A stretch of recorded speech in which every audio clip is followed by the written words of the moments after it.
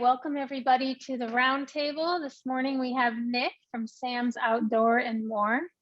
I'm very excited to talk to Nick because Nick went through reinvention, and he, like so many other businesses, have had to face a lot of challenges through COVID and through all kinds of challenges with our supply chain, economy, all the things. So, and he has a really unique story. So Nick, I believe you can fill in the gaps of this version, Nick, but your dad started the business and it was primarily an eBay store, I understand. And Nick came home to reinvent the business, and it became a brick and mortar, and now has a very broad reach with both of those two things combined. And it's been fun to watch Nick grow and evolve in the last year or so. So if you wouldn't mind, Nick, fill us in a little bit on your story and all the way up to where things are at today.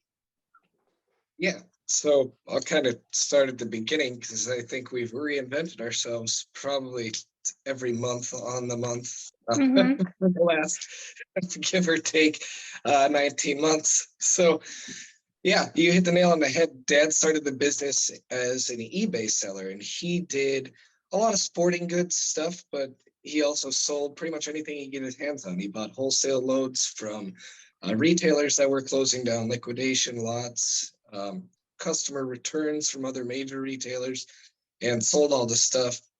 And his business model was basically get the stuff you're paying about a quarter of the regular cost, sell it at about 50% of retail value, and it moves fast. And then he also had existing relationships set up with different vendors of name brand products, just like you'd find at a store. So he did that for a few years. And he started that. He started it before I moved to Texas, which was now, time flies, 7 years ago. Wow. So he started that shortly before as a part-time thing, and then probably give or take 5 years ago, he quit his job and did it full-time and was fairly successful doing that. But he kind of got to a point where he almost hit a wall. And then he also always had this dream that he told me about is, I want to have a bait shop and I want to live on the coast. Well, he can't make himself move to the coast, but he can for sure open a bait shop. But the problem was he didn't really know where to start. You know, he had a mentor that taught him a lot about the eBay side of the business. You know, a friend of his that had been doing it was also successful at it. But he didn't really have any retail experience. He's worked at car dealerships and the service departments, and he's been a truck driver and a mechanic and things like that. He doesn't know retail. So that was always a big sticking point for him was, you know, I think I could do this, but there's a lot that I don't know. And while I was in Texas, I managed a chain of retail stores. So that kind of went hand in hand. I came back and, you know, I helped him out with the eBay business for a little while. And I was also working another job at a wood shop, and I'm sitting there thinking, I'm like, this kind of sucks. And he's like, this does kind of suck, because he's at the point where he's like, well, I'm busy, you're busy. And he kind of hit what he saw as his cap as far as the eBay sales go. And whether that was true or not, I don't know. But he got to this point where he's like, this is all it is, and it's really not progressing anymore. We've got to do something else. And at that point, we reached out to some vendors, talked to them, and found a space to open this thing up and quit my job, and here I am. So can you put some dates to that timeline, Nick?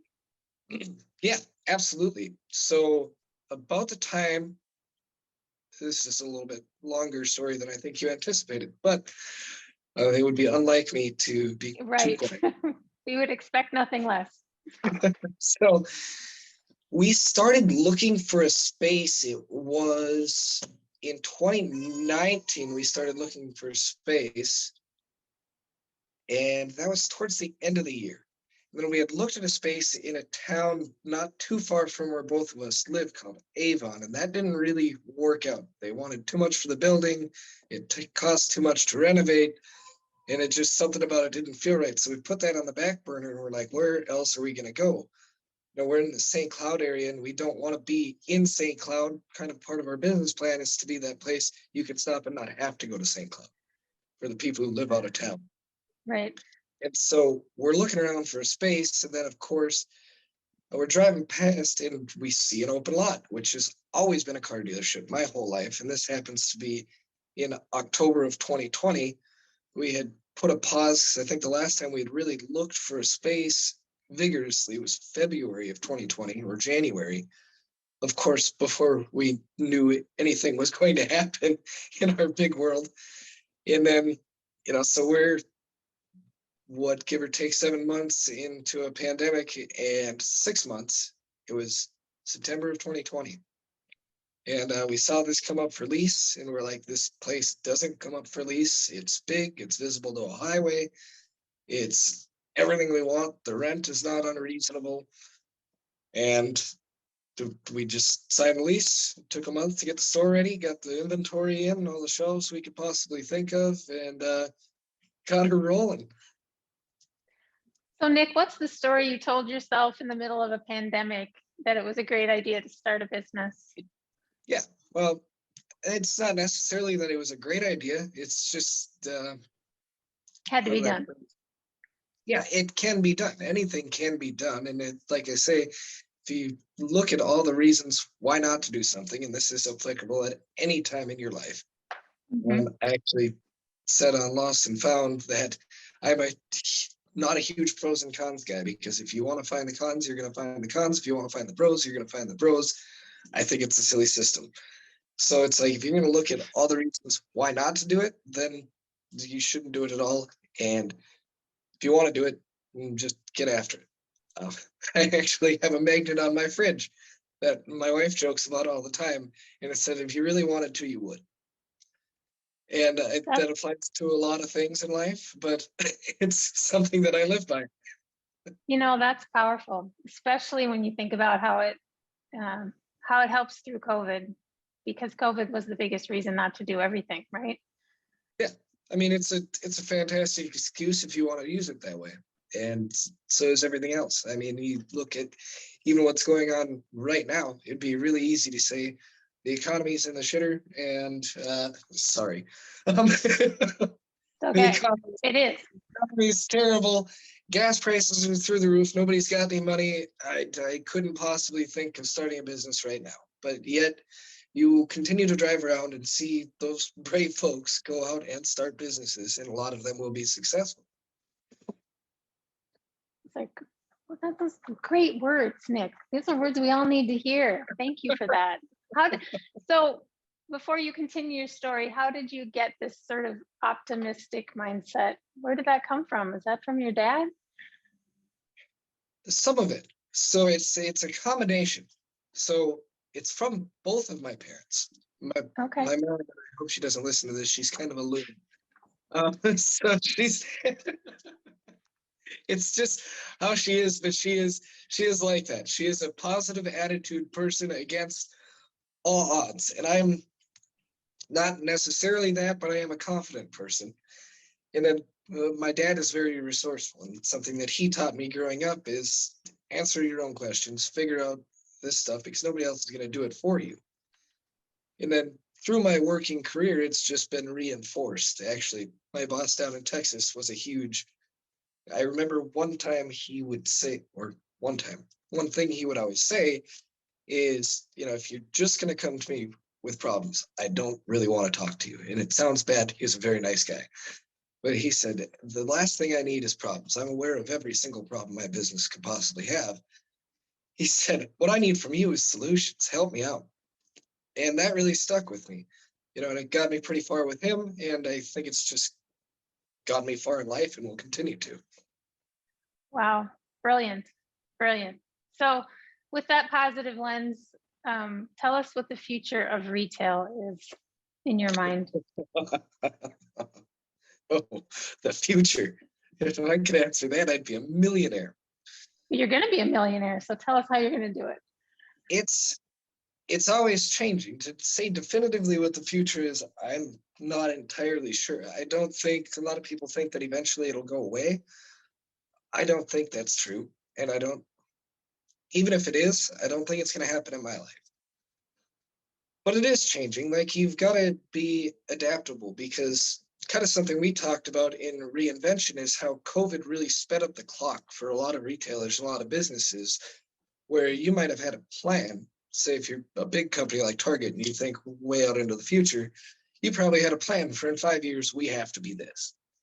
Well, 5 years came in about 6 months, because you had to be all of those things where the market was already going, the curbside pickup, the greater focus on e-commerce and online sales, the less human contact, even simple stuff as far as being able to add products to your website, and then on top of that, accurately describe what those products is. It's easy if you were to walk into my store and I could tell you what this jig is, what kind of fish you're going to catch with it, what kind of line you need to use, and all this stuff. It's easy for me to do that face to face, but if you're not doing that with your customers online, they're not going to buy from you, because they don't know. Customers traditionally, I think, come into a retail store a lot of the times for a learning experience. And now you've got to figure out a way to where you can have that same kind of learning experience on the internet. And I've seen a few companies that do it really well. And I've seen a lot that are still trying to catch up, and I think they will continue to try to catch up. And I think I'm in that boat, if we're being honest. But I see a lot of companies that, a robust product description on your website is one thing, but actually creating content to go along with that and walk you through it and actually teach people, because people, generally speaking, I forget the percentage, but most people are visual learners. So they want to watch somebody else do it and understand how the mechanics of everything work. And they want to watch you talk. So the companies that have done a really good job, in my world, it's tackle suppliers, have started to do an excellent job. They've actually always done a really good job, because they're trying to market that this piece of plastic can catch fish. Yep. So yep. Just the people that can not only get the traffic to their website, but also educate their customers on what it is they're selling and why they need to buy it, are the ones that are doing particularly well. And I think that's going to continue to be one of the biggest factors when it comes to kind of a hybrid business like ours, which I think everyone has to be. I think the days of just sitting in a store and waiting for customers to come to you is over. Yeah, I was going to ask you that. Is the future of retail partially online? It sounds like that makes a ton of sense in your mind, and it's working for you. So what are some of the things, Nick, and what you just shared about how you do it well and how you change the experience for the customer? What are some things you're doing with your store to accomplish that between your online and your in-store experience? Great question. Lots of things. And of course, a lot of them are probably going to escape me right now.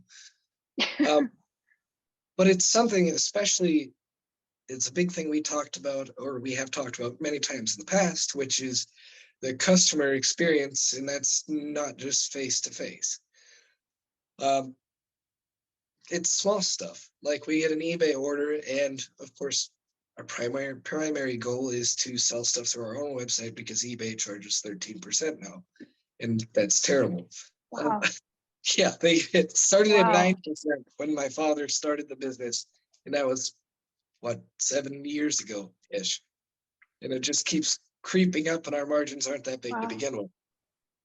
But so we want to push them. So even small stuff like sending them a business card stapled to a thank you letter. Hey, like, you can check all this stuff out on our website.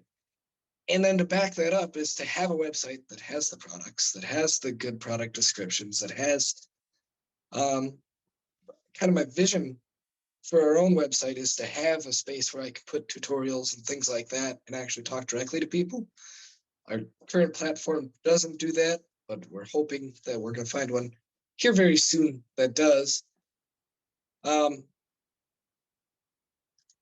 Back to the customer service thing, and I don't know if this answers your question specifically, but I think it's important, is the experience after people buy things. Like, the experience before is great, and you need that to obviously get them in the door. The experience in person is the most important thing. I can't tell you how many people we have come in the store. Just the other day, I had a guy and he looked at me like he was completely shocked because I said, "Hello, how are you today?" And Mm. he looked at me with a look of sheer astonishment and he said, "Well, what?" And I said, "How are you?" And he said, "This is crazy. I'm doing well. How are you?" And I said, "I am fantastic. Why is it crazy?" And he said, "I've been looking for fly fishing stuff. I've been to Shields, I've been to Fleet Farm, I've been to Runnings and a couple other small shops. Not a single person in there even said hi to me, let alone could I find anyone in a couple of those places." And I said, "That's terrible news. It's not what you get here." I didn't have what he was looking for, unfortunately, but at least we talked about it and I figured out and could tell him definitively, "No, you're not missing it. I just don't have that." Um, and so that's cool. Where was I going? I lost it completely. About the experience, the customer experience, and Yeah. customer service is part of that. Yeah. And I said it at the very start of reinvention, and it's still confusing to me how I phrased it, and I still don't have a better way to phrase it. But like to me, customer service is more than what customer service is actually defined as. Excuse me, defined as. I actually brought it up to you when we were talking about our why, and I said, "Is there any way like we can write a second definition for customer experience, one that's more accurate to the way that I think about it, which is more than just that interaction, the hi, hello, and answering the phone calls when they call, and then doing returns in a timely manner. Like, of course, that's customer service when you walk into Target and walk to the customer service desk. Like, that's a thing. Like to me, it more means like actually physically, like literally helping people, educating them, making them feel at home. Like our biggest goal is when somebody walks in their store, they're a friend. Like, and that's what it is. Like they should feel that way. They don't get that anywhere else. Just like that conversation I had with that guy. And it's our it factor. It's our differentiating factor. There's a million places that sell bait and tackle, but there are a million places where you can go and then potentially end up in the owner's fish house later that week. Like it's literally happened. That's fantastic. Well, that's fantastic, Nick. And I think through our reinvention, we continued to hear your passion for the work you do and the products you sell. And I think it was cool the way we identified. Can you guys hear me? You can, can't you? Oh yeah, that's Gina logging in. How you're selling products, but you're really selling a lifestyle. You're really selling an outdoor lifestyle. How does that story feel right now in how you talk about the business? Because it's in my way of seeing, it's kind of evolved a little bit. Would you agree? Kind of consistently evolving, but yeah, like that's the whole reason. In the beginning, that's why we sell what we sell is because we use this stuff. Like I thoroughly and truly believe like you can't effectively sell something if you're not sold on it yourself. And we are like all of our products and everything like that. And it's something that we also don't want to, I don't know anything about refrigerators. So for me to speak passionately about a refrigerator might be a little bit challenging. But for me to speak passionately and be able to give solid advice about what kind of minnows you should buy when you're headed up to Walker to go on Leech Lake and Steamboat Bay and catch crappies, like that's the thing that I know about. And there's a lot of people like me that a lot of people more intense than me actually that shop at our store, or that maybe just have more free time than I do. Um, but hunting and fishing is their entire lives. So being able to be there for them, and I'm sorry, I'm ADD this morning. But being able to be there for them, I learn from my customers constantly, and I tell them like, hey, like I had no idea, like that's pretty neat. I ask him questions. Like I had a guy the other day, and he's like a big crappie fisherman, and I do that in the winter, but I don't do it in the summer. And he used different jigs. And I said, hey, what do you think about these things? And he said, oh, I've used them. I said, I literally have never. What is your experience on this? And he taught me.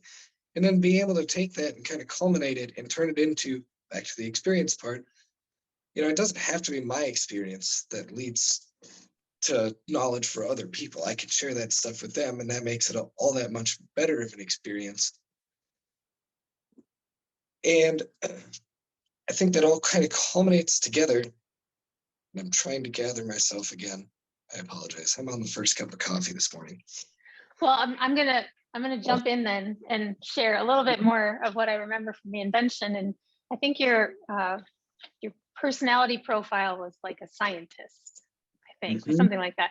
Because you're really good at numbers. Spreadsheets are your friend. Like, you're a businessman in terms of understanding the numbers. And we learned that, and it was so impressive to learn that.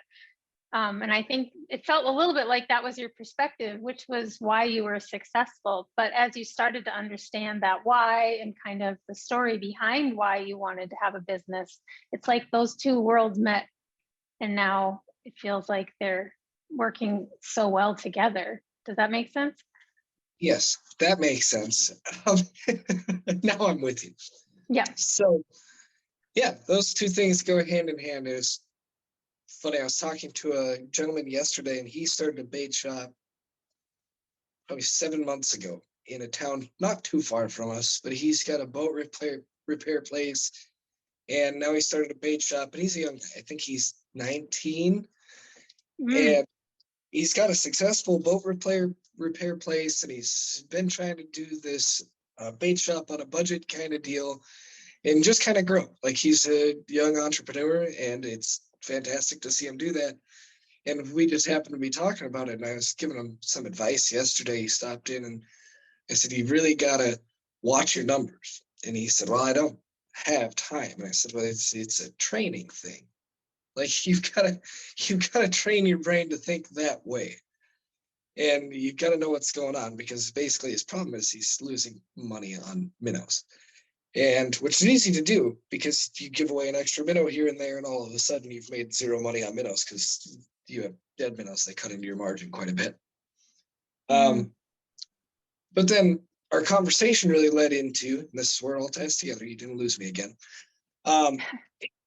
He's being as young as he is, and I don't think this is a fault. I think he's just got to learn.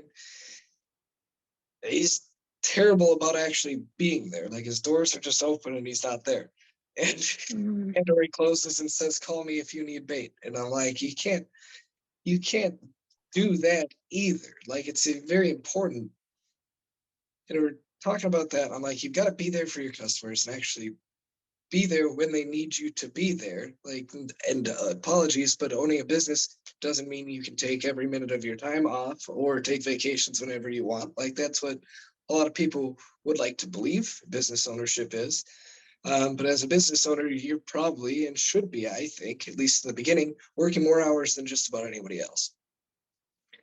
And so we talked about that, and then we talked about tackle. And I said, if you're really going to do this right and have a good product selection, he said, well, I really want to make my money off of minnows. And I said, people don't shop that way.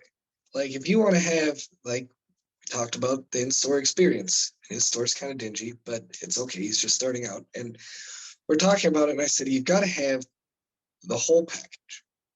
Like, if people are coming in, like, of course, you're going to get every now and again, somebody comes in and says, give me a scoop of crappie minnows, and that's the only words you say to them, and then they leave. Then you probably never see that person again. So, but most people coming into a bait shop want to hear where the fish are biting. They want to be able to buy their line, every different jig that they could think of. They break their pole, they want to be able to quickly get one of those. If they forgot their life jacket at home, you're going to want to get one of those. And it's hard for, like, him. He's just starting out. He doesn't have a lot of startup money. I think he started the business with $10,000, which, if he can make that work, I am thoroughly impressed. It's, I had $10,000 on half of a shelf, so it's but all that, he's just looking at me, he's like, how do you know this? And I'm like, well, it's just time, man. Like, I've got 10 years in life on you, and I've got probably 5 years of either running a business or owning a business on you.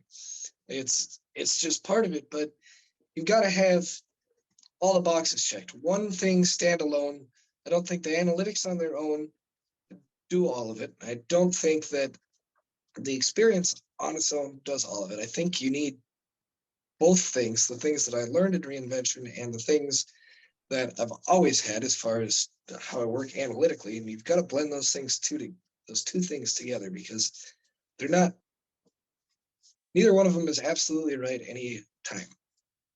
Does that make sense? Absolutely. That makes a ton of sense. And that's exactly where I knew you would head with that, because it's such an important piece of wisdom. Because I do think people tend to be on one side or the other primarily and struggle with the other half, whatever it is.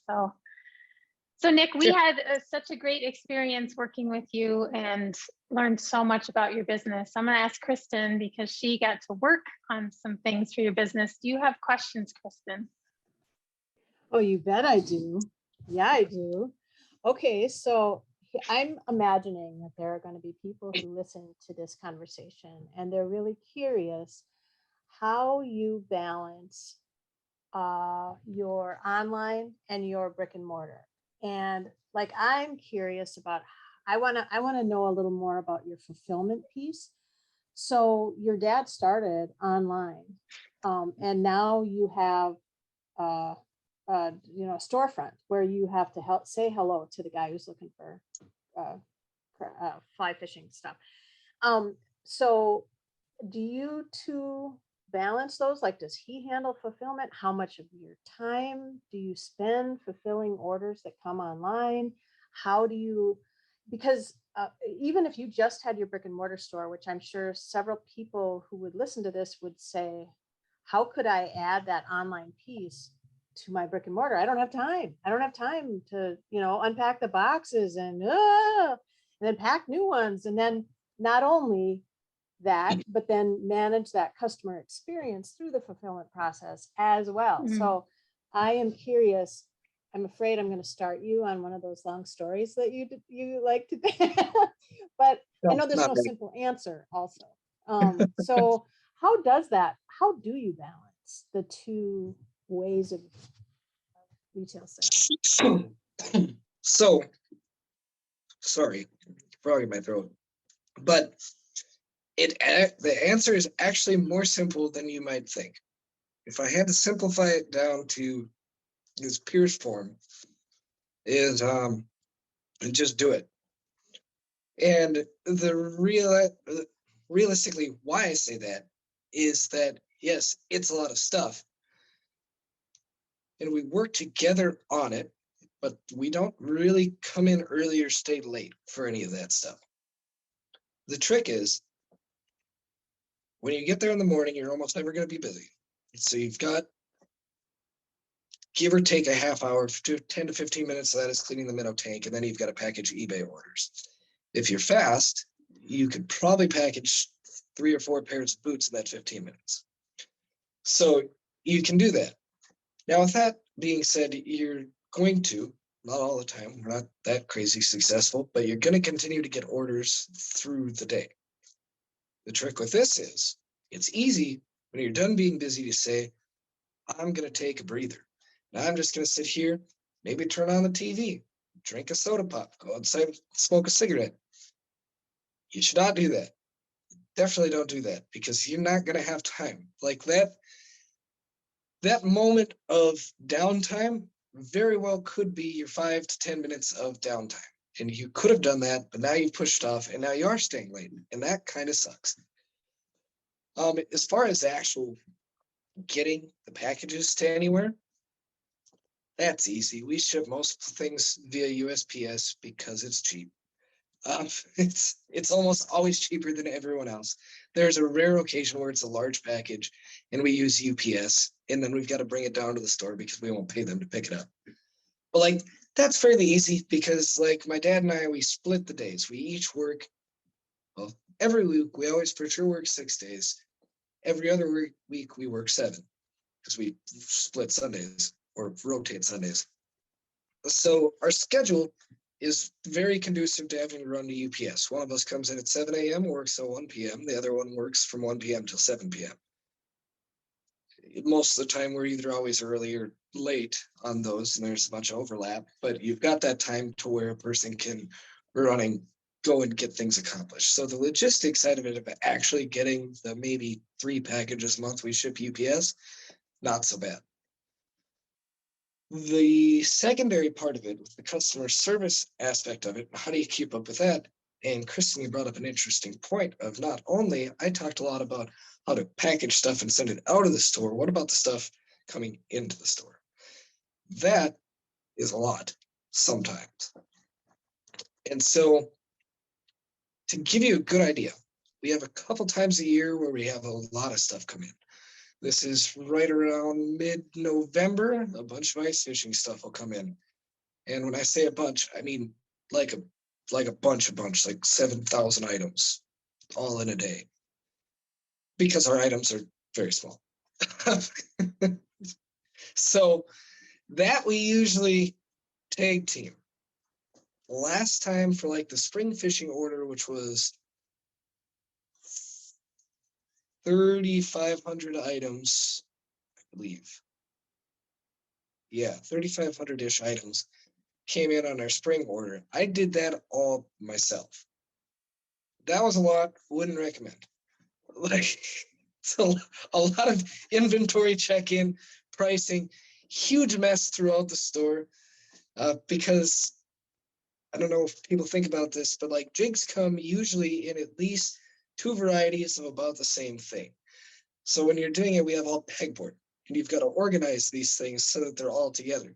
But you don't know what's in this box. They come in boxes that are probably about 2 foot by 2 foot by 2 foot, with just a bunch of jigs thrown inside of it. So you're digging, and you're organizing it and laying out so that you know, okay, I have enough space on this shelf right here. I can do these, but I don't have enough for these, and I can't cut them in half. Like, that doesn't work, because you can't have crappie jigs on one side of a wall and on the other side of a wall, because people won't see the ones on the other side of the wall. They think that's all you have. And so you're laying all these things out on shelves, and you've got customers coming in, and they're thinking to themselves, like, what in the world's going on? But it's actually kind of a fun experience. Like, I like to make jokes out of it. And tell people, like, hey, I mean, if you're looking for something, I think I have just about everything right here in this big old pile. And I encourage you, if you help me hang it up, it'll be that much faster so you can get out of here. And I've never gotten anyone to help me, but I keep asking. Someday it'll happen.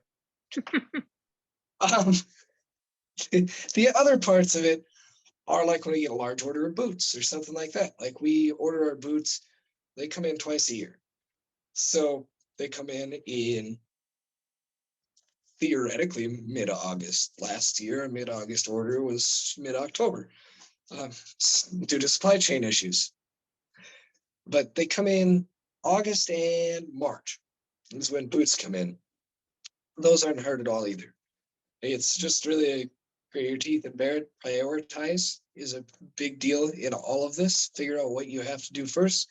What's the most important thing I have to do today? Probably get all of this stuff out of the boxes so that maybe people can buy it and I can pay rent. Like, it's pretty straight line thinking in terms of that.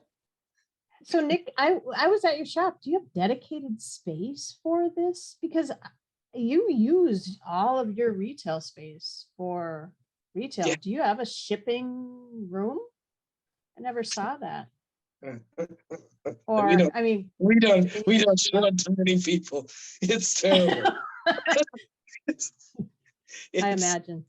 It's not ideal. So what started off as my dad's office, which with the expansion of everything is now turned into a small broom closet with a desk. And so we do have it. There's enough space in a chair, much like the office chair I'm sitting in. You can sit there. You have a desk right in front of you. And if you turn around, you've got a shelf that you'll run into. And it's got all of the packing supplies on it. And so basically all of our inventory lives. We've got a storage room. And then obviously if that's empty, then the stuff's out on display in the store. And so, I mean, he brings everything back into that room in a laundry basket, and he'll sit there and fight the small space. I cannot bring myself to do it. So I just bring all the shipping supplies. I'm like, okay, well, I need this poly bag. I need this flat rate envelope. I need this smaller poly bag. I'm going to need some tape. I've got a label maker out here in the front, and I need this laptop and the scale. And then I'll bring everything and just do it. I set it literally on the floor at 7 a.m. It's like nobody comes in right away. Generally, maybe 1 or 2 people a week will be there waiting for me when I get there. But yeah, so there's not a lot of space. It's not an ideal setup, but I don't really know where else we do it. We recently acquired a forklift too. So all of the no space that you saw is now housing a forklift. Your work ethic and ingenuity is off the charts, Nick. That's incredible. Gina, what are your questions for Nick? Okay, so I have a few questions. Nick, you guys still sell on eBay, right? Mm-hmm. And then you also sell through Sam's Outdoor, your online store. Yes. And then you have the brick and mortar. So how is the inventory that you're selling on both the online store and on eBay, is that actually housed in your store, or are you doing direct to customer orders and shipments? Not yet. From somewhere else? It's housed in our store. We hope to get to the point, basically a restriction right now is that, like, for example, our biggest brand as far as boots go, which are our #1 e-commerce seller. It's how we move most of our boots, actually. Those are all from Rocky Boots. Right now, our drop shipping capabilities are limited because it's expensive. Mm-hmm. Now, with that being said, I think by next year, we'll be at the minimum order threshold to receive free drop shipping, which is good. You've just got to be able to purchase, I think it's over $50,000 worth of boots in a year from them. They might have upped it. But yeah, we were at, like, last year, we were at like 43,000. Like, we're so close. It's like we couldn't justify anymore. It's like, oh no. So you do that, and then you've got drop shipping directly from them, and then it's like wham bam, easy enough. We can literally link it to our website. All of our inventory will automatically reorder itself from them if we want to do it that way, or submit drop ship orders, things like that. So it's like, that would be phenomenal. But we will get there. It's just right now it's all in our store. So then when you're making a sale online, I'm assuming you get like an email or a notification from both online sources. Mm-hmm. And like with your eBay sales, is that directly coming out of your inventory system? Or do you have to manually take out eBay, but the online store directly takes out? Everything works together.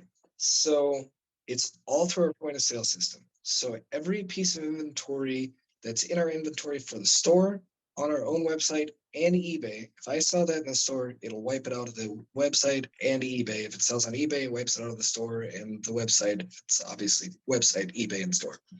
So it's all integrated because we use a service called Cadisto, which has its drawbacks, but pretty handy.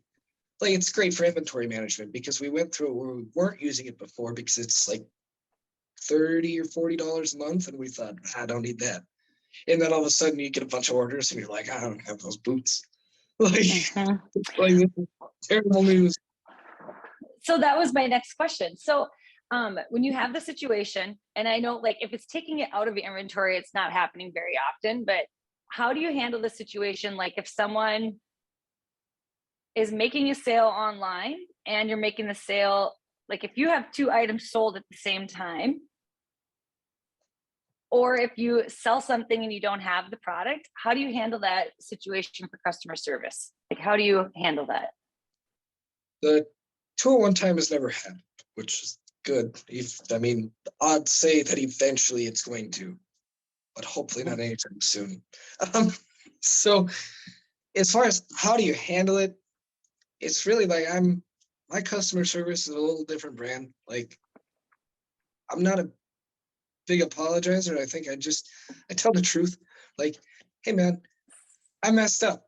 Like, if it like say I don't have an inventory, it's like, I thought I had this and I don't have this.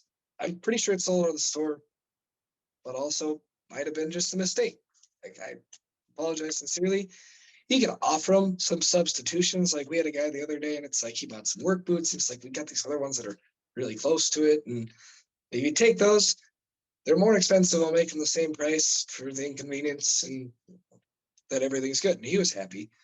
But like, generally, we've had a couple people, like especially eBay, really like to, not really like to, a couple people have kind of blown up at us. And it's like, Yeah.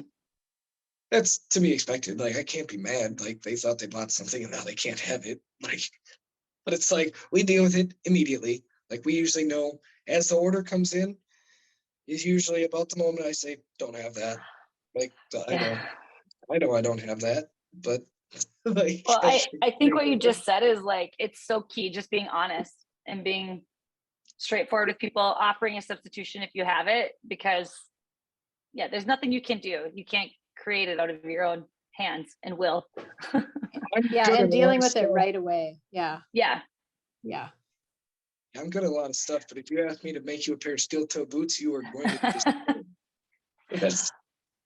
That's just Now I have another question for you, Nick. Sure. You just led me to another one. Okay. So when you're packing up your shipments to go out, is your eBay and your online store, like your packing system, like what goes in to your shipment to the customers? Like, how is it branded Sam's Outdoor and More, or what information do they need that shipment like meets all their expectations? What goes into it? as little or as much as you want, because boots come in their own boxes and they're already all packed with packing paper, which is cool. One thing that we like to do, it's an old school trick that a guy I used to work with taught me, which was, it's a little different in this context, but we were at the time selling mattresses, and he was very successful at selling mattresses. And he said, I said, how do you do it? And this is when I was just first starting out selling literally anything. And so I'm like, how do you do it? Like, he'd shown me his paychecks, and this dude was making like $170,000 a year selling mattresses. So I'm like, I would like to also make $170,000 a year selling mattresses. Like, so teach me some things. And he said, and it was funny because I'm expecting like some big profound bit of advice. And he said, every customer that you sell a mattress to, tell them one thing. And this sounds like a sleazy sales tactic, but it does work. And he said, you know, my young family and I, or my wife and I, and my fiance and I, we're trying to get married, this, that, the other thing. Here's 3 business cards. If you could take one, keep it for yourself in case you have any issues. If you take the second one, give it to your parents in case they ever need anything. And the third one, keep in your wallet for the next time you hear somebody talking about when they need a mattress. And I'd be just thrilled to help them out, and he'd be helping me out personally. And so we, with every package, send a minimum of 3 business cards to our customers.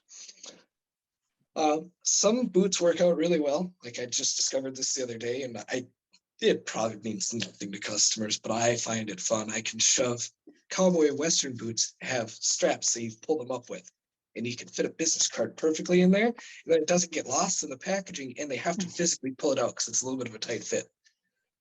So maybe it works. Like, it sounds like it should work, right? So I do that. We've got some thank you cards, and then also like coupon codes. If you make another purchase directly through our website, then you're going to get 10% off of your next purchase from us. So that's awesome. Go with it. Yeah. So you're thanking the customer, you're incenting them to buy again, and you're leaving a recognition for your business inside of it. So like, even though it's an online sale or an online shipment, it's not just coming from some factory somewhere. You know what I mean? It's coming from you. And I think that even makes it a connection for your online customers that maybe don't know Nick, but they know it's coming from this family business now, which is so cool. Yeah, it's funny you mentioned that, because I have another story. Weird. So we actually had a guy the other day, and he emailed and he said, hey, like, I don't see this, but I'm looking for it. And it's just through eBay, which is usually kind of a crapshoot when it comes to messages. People shouldn't talk bad about people. It's almost all of them, though. They don't know how to communicate in written word very well. So it's like, boot no fit. And I'm like, cool. Like, I need more information. Or they'll just send you a message that says warranty. And I'm like, okay, why? Like, send me pictures. Like, I need help. But this guy messaged us, and he had a question about availability of some product and what we recommend. And like, we chatted back and forth with him. And then finally, I'm like, you can't, on eBay, he's not allowed to send me his phone number. But I said, like, hey, call me. Like, cause I'm like, this is going way too far. This has been like 6 hours worth of communication back and forth, a reply every hour or so. And like, he called me, he's like, this is really neat. And I'm like, what do you mean? He's like, well, I thought you were like a robot or something. And I'm like, I'm for sure not a robot. But if I was, I am a very convincing human robot. Like this, and it's like the small stuff. But he's like you said, you think you're buying from someplace, I don't know, Canada, Mexico, Honduras, wherever it might be coming from. It's like you talk to this guy, and I'm like, yeah, man, I live in Minnesota. Like I'm right here hanging out with you.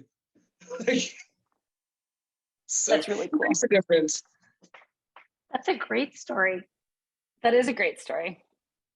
Okay, Nick, I have another question now. You just prompted me. Do you email, like when a customer makes an order and you send the package out, do you email them like their tracking information, or is it automatic in your system? Automatic. So that's nice. eBay does it on its own, but like in order for our own store, basically when I go into the back end of the e-commerce platform and mark it as shipped, and it'll say, hey, put your tracking number in there. And then I hit it and it sends an automatic email. Hey, thanks for making your purchase. And here's your tracking number. Your package will arrive in this such and such time frame. Here's what you ordered. And if you have any questions, give us a call. It's our phone number and everything. So your system makes the shipping label? No. Or do you make the shipping label and then you enter in the tracking? And then I have to enter the tracking number into the back end. We could connect. We're in an ongoing dispute with, what's their name? Shippo? No, different one. I think there's another one. One of the discount mail places, and they don't like us very much, and we don't necessarily like them. So if we did work with them, then we could do everything right through our back end and slam it out, which would be super cool. But they claim we owe them money, and we claim they owe us money. So there's kind of a standstill going on in that. So we now just buy it directly through USPS, which when you have a click and ship account, it is actually quite affordable. Yeah. Cool. All right, I have a question.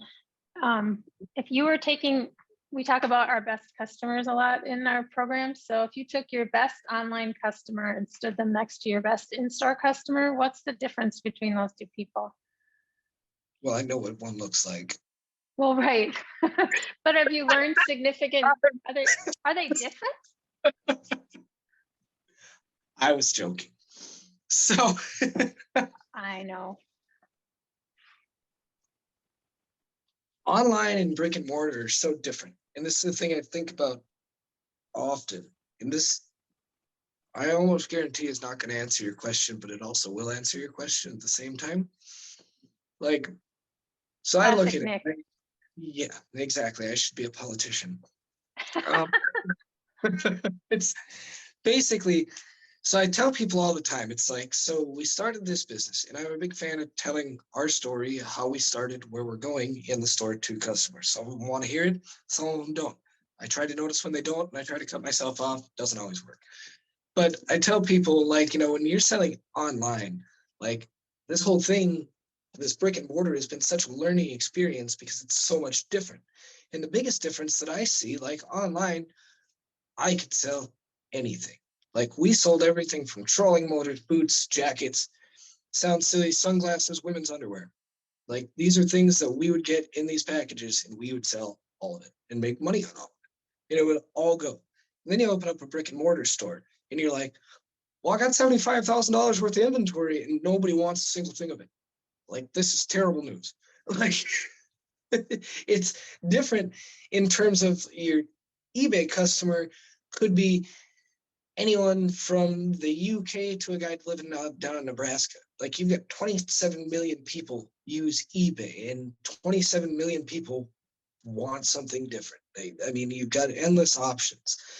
And so you're looking at that in that perspective. And I found an answer for your question. I'll try not to forget it. But you look at that as compared to now marketing to how big is the city of St. Joe? Like 2,500 people, the St. Cloud metro area probably has right around 100,000 people. So 100,000 seems like a lot of people. When you break it down, probably our customer group is 25% of that. So you get 25,000. And then out of that, I'll be really happy if 1 out of 10 of those fishermen find us. So now you've got 10% of 25,000. And it's like your customer base just isn't that big. To answer your question, it's far less personal online. Like you can do everything you want. I talked about the guy, we reached out to and said, hey, just give us a call kind of thing. But that's a small fraction of the customers that we have online. Most of them are ordering that. They might give you feedback because eBay prompts them to, but you're not talking to that person. You're not hearing what they want. They either click on it because they want it, or they look through potentially. I don't know how many people actually look through our eBay store and see all the things. Mainly because I'm not an eBay user myself. I don't know how they operate. So it's far less personal. I like the customers in store more because I like to talk and they help to quell my boredom. And also I'm a problem solver. So if they walk in and say, hey man, like I broke my fishing rod yesterday on the lake and now I'm screwed because I can't go fishing. I'm like, I for sure have a solution for that. Like a bunch of solutions, dozens. So that's, I guess in a nutshell, that's the biggest thing, is just the level of human contact and actually being able to talk to them. Because like I say, online, I do it when I shop like Amazon or something. If I don't find it, then I go to a store. Like I'm not going to message the seller and say, hey, would you ever have something like this? It's either there or it's not. And that's kind of it. Whereas in the store, like somebody's looking around the shelves, and even if they didn't want to talk to me at first, eventually they're not going to find what they're looking for. Well, some of them won't find. Try to make it easy. And then they're like, hey man, like I was really looking for this. It's like, perfect. Like I for sure have that, but it is maybe in an obscure spot. Here it is. So it seems, Nick, that I was going to ask you like which way of doing business do you enjoy more? But I think that I'm going to guess at your answer. So it seems like at the core of what you do, you build relationships. And as long as eBay allows you to talk directly to the person and you're building the relationship, that's fun. But the in-store seems to bring you the most joy, just because, you can exercise your conversational skills, storytelling and that kind of thing. Yeah, Is that absolutely? Because you look at like, how am I supposed to go on a 5-minute long tangent with somebody who probably doesn't want to hear it over an eBay? that is so true. That is so true. Nick, you are a storyteller, and I think one thing through reinvention, we just encourage you to embrace your storytelling. It's not a negative. It's what builds, I think, that customer experience, and it's such an asset. So it's fun to hear your stories, and your stories, even if they go around in circles, they're always something to learn from you. You're you're full of wisdom, and we really appreciate that. It's been awesome. I blame my crazy ADD brain because you can probably tell exactly where I start to get sidetracked. And it's probably because I'm thinking about something entirely different. Like my brain goes a million places at once. So, well, I don't know if it's because we know you so well, but we track with that. I think we can track and pivot when you pivot and turn right and left when you do. So, but you're a great storyteller, and partly because you're just being so authentic and transparent when you tell stories. I think that's what's so, I don't know, attractive about it. So I'm sure that's what your customers enjoy. Any final questions? This has been fantastic. I feel like I want to go meet with Gina immediately and say, pull out all these quotes that Nick had so we can share them more broadly with the alumni. You really did have a lot of great little snippets that, you know, all of us as entrepreneurs and business owners, we're all looking for that little bit of inspiration we need around every little problem we're trying to solve. So I feel like you gave us so many of those.